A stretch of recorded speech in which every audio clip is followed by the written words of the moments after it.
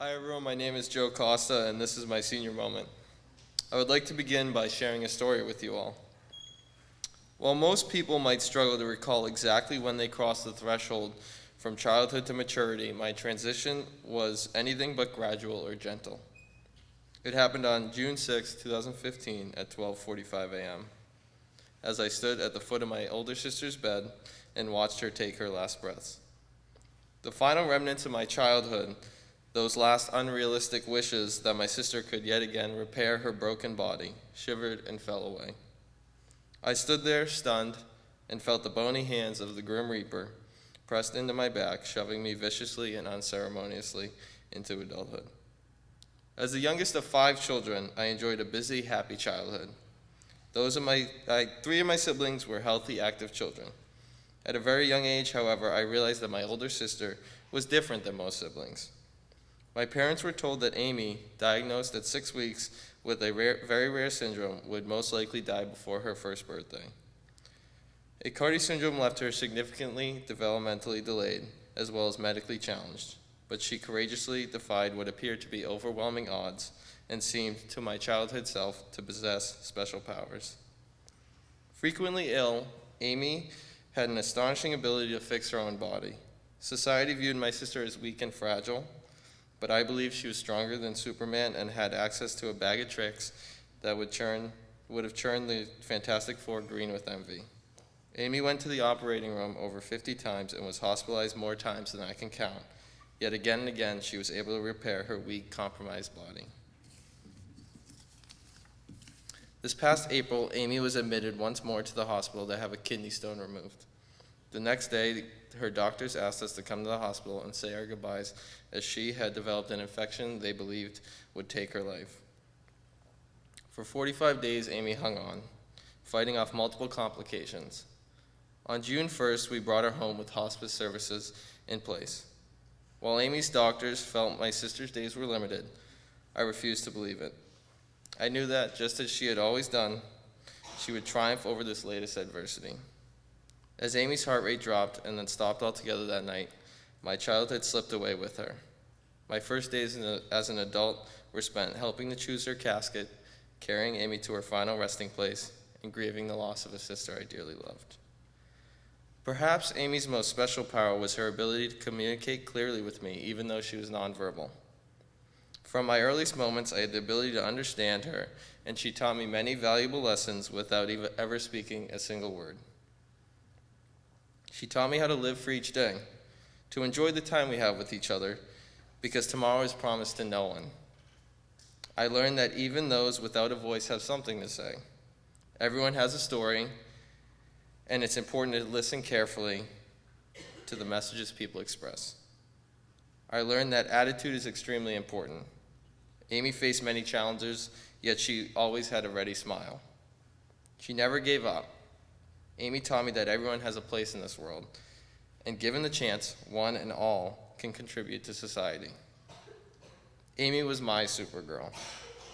She was not only my bigger sister, but my hero, my teacher, and my guide.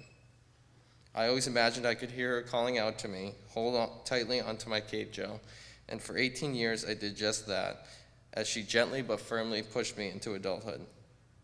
The best parts of me, my strength, my desire to help others, and my positive attitude exist because she was in my life. Though physically absent, her light, love, and lessons will stay with me forever. I did not share this story with you today so that people would feel badly for me. If given the opportunity to go back and share my childhood with Amy all over again, I wouldn't hesitate. I grew up knowing my sister could die at any time, and that daunting concept taught me how to live. One of the things I learned early was that life is not always fair. Bad things can sometimes happen to good people. The question is, how will you handle it? What I also understand is that it is important to surround yourself with positive, supportive people who can help you get through the challenges you may encounter in life. The last 7 weeks of Amy's battle were the hardest of my life. I was consumed with worry as my sister fought to survive. My one refuge was lacrosse. For 2 hours every day, I could put my worries aside and just play the game I love. The support of Coach Hetler, Coach Perkins, Coach Gordon, Coach Jelly, and my teammates helped to keep me afloat emotionally.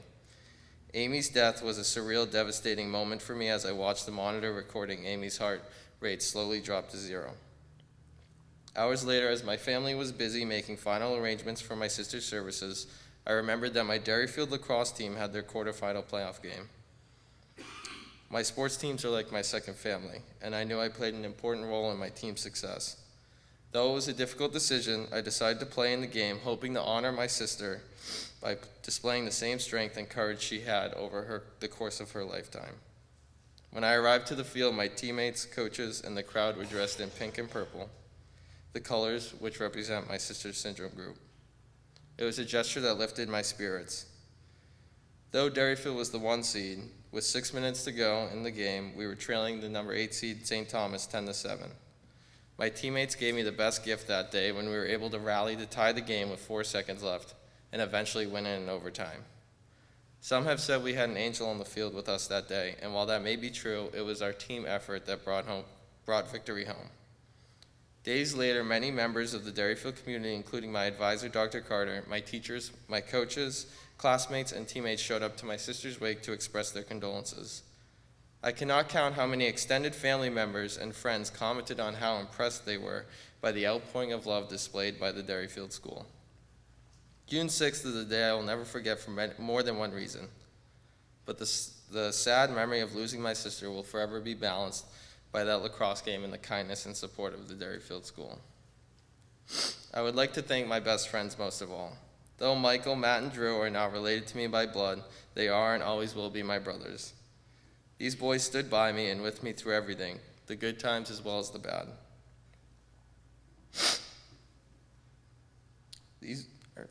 When things are rough and the news is constantly bad, because people don't know what to say, they often will say nothing at all, or even worse, they will step away. I want to thank Mike, Matt, and Drew for standing by me these past 4 years, but most especially through those 7 final weeks of Amy's life. I am not sure I could have stayed sane through the worst time of my life without you 3. I love you, boys. I will always be grateful for the education I've received at the Derryfield School, but I am also keenly aware that the most important lessons I will take with me did not come from a book. The Derryfield School is not its classrooms, buildings, or grounds. The Derryfield School is about its people, its passion, and its purpose. The Derryfield School, like Stello's, is a state of mind. Thank you, faculty, staff, and members of the Derryfield community for modeling all these qualities for me as I move forward with my own mission. And finally, I challenge you to live life the way Amy taught me to. Live life to the fullest, don't take any moment for granted, and no matter how difficult life gets, handle it with positivity and happiness. Thank you.